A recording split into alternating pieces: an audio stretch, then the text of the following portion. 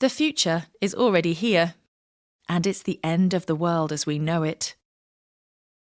I am a human 3D printer. I make people. I have 2 sons. I'm a creator and consumer, a resource user, and a privileged one at that. With current technologies, the rate of my consumption is more than one planet Earth can handle, and there is no planet B. I am also a scientific futurist.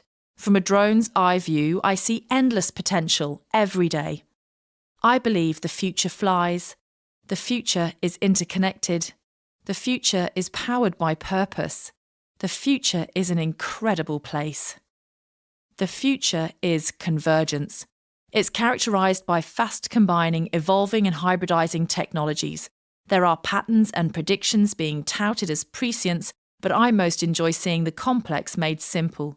The human applications of technology that demonstrate the very reason technology exists. To think like futurists, we must find our inner Yoda. Always in motion, the future is. We must unlearn what we have learned about the world and allow our brains to dream of what the future might be, without the constraints of the current reality holding us back. We must empty our knowledge cups so that we can process new ways of thinking and novel information, free from the bias of our experiences. How do we find the precarious balance between technological capability, ethical obligation, and fiduciary responsibility? Our current global economic systems place value on things that our grandchildren will have to pay for and our planet can't sustain. We are the only species that knowingly spoils its own nest, and we seem unable to break free from our addiction to consumption. Separated by 150 years, 2 blokes, Thomas Robert Malthus and Robert Soloff, had very different thoughts on how our society would collapse, or not. Malthus was a demographer and an economist whose staple concept of the self-destruction path of Homo sapiens was the Malthusian trap. Humans had conquered agriculture and were able to grow enough food to feed themselves, but that led to population growth, which in turn created a higher demand for food. That then led back to famine from feast, eventually causing inequality and poverty. Eventually, he theorised, we humans will outgrow our capability to produce enough food, and society will collapse when Mother Nature can't give or take any more. On the other hand, economist Soloff's non-linear economic model argues that technological advances will always keep us free from the Malthusian trap. In other words, humans will constantly advance technologically in order to outpace any potential threat to our survival. When Soloff created his more optimistic model in the 1950s, he couldn't have possibly dreamed of the technologically advanced and driven society that we currently live in, but he guessed something like it was coming. In the end, it comes down to what we want to believe. Is our species going to overpopulate and destroy our planet? Will Mother Nature fight back? Will we have an opportunity to make different decisions? What do we need to change so that every human can reach their full potential while only using a sustainable allocation of resources? Human crises circulate like fashion. The COVID-19 pandemic is flavour of the month as I write this. Everyone likes to refer to the last biggie, the Spanish flu, which was actually first detected in Kansas, USA, and to the economic recovery in the roaring 1920s and all the hope and life-affirming growth that came with that. Now we are in the 2020s and in a place we never thought we would be again. A microbe has brought our health systems, economies and societies to their knees. Were we arrogant to think that this wouldn't happen again? With our climate having changed, and with our war on biodiversity and wild spaces, we are actually more at risk from pandemics now than we have ever been. How can we plan for what is possible? Well, that's the kind of conversation this book has been written to cultivate at dinner parties, around the water cooler, and on group video calls. The future is already here, it's just in pieces. The privileged societies of the West have early bird access to it, from medicine to food, travel and technology.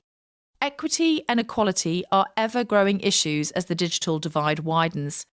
If we don't use all our human ingenuity, we are never going to get ourselves out of the dilemmas we face. In the face of an increasingly commercial and technology-driven world, We need to start doing things that only humans can do. We are really good at creativity. We can develop ideas about the way we want to live our lives and how we might use technology and other advances to become healthier and more fulfilled. We don't want to sit like robots in front of computers typing away in mundanity without curiosity. Let the robots do the robotic stuff. Let us be more human. Change in business culture is slow. This is the way we have always made profit. This creates a low risk for shareholders. This has been assessed by a risk committee. These are the types of statements used to justify expensive and short-sighted economic management methods. Business staples won't change without us generating the need or desire for them to change. There is an unpredictable, intangible, and unmodelable opportunity cost in not taking advantage of new and emerging technologies and the opportunities they bring. However, unless there is a tangible driver, such as workplace health and safety or the risk of fines for inaction, there is little to spur change in how business operates. The climate emergency and the spate of legal actions that have commenced against big corporations regarding their carbon footprint has been an interesting start to the next wave of change as we move from the fourth industrial revolution to the fifth. There will always be gnarly, seemingly impossible problems gnawing at the belly of all we hold dear. There is always an unjust war waging somewhere. There are myriad threats of ecosystem damage, acceleration of species extinction, destruction of wild places by ferocious fires, overconsumption of resources, the plastic problem, overfishing, melting ice, and increased demands on finite resources.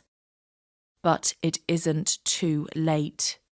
We can turn this around with the Solovian approach of non-linear progress, utilising technology to save us from the brink.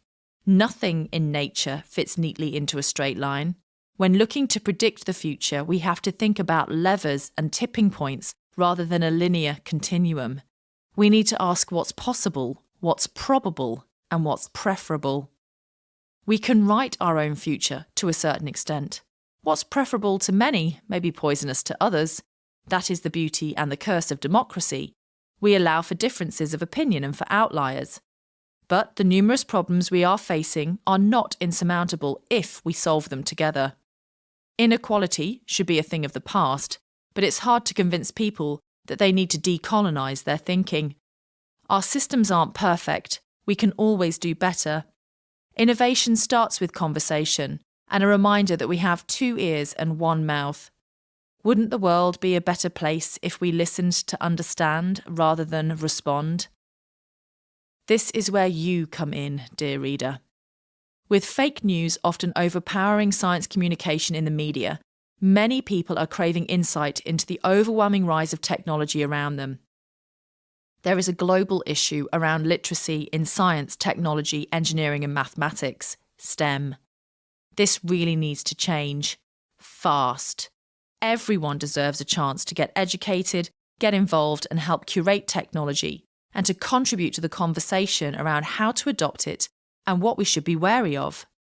Picking up this book is a great start. In the following chapters, you'll be taken on a roller coaster ride into the future. Keep your arms inside the carriage at all times. Whether you view it as a terrifying ghost train or a gravity-defying thrill ride is really up to you. Technology is neither good nor bad. It's how it's applied that matters. How we live, the choices we make, how we want our politicians to represent us, and the manner in which we regulate the companies making use of the future is all up to us.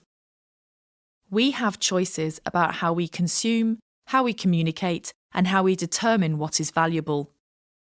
All my written works on the future are love letters to my sons, because the future is theirs.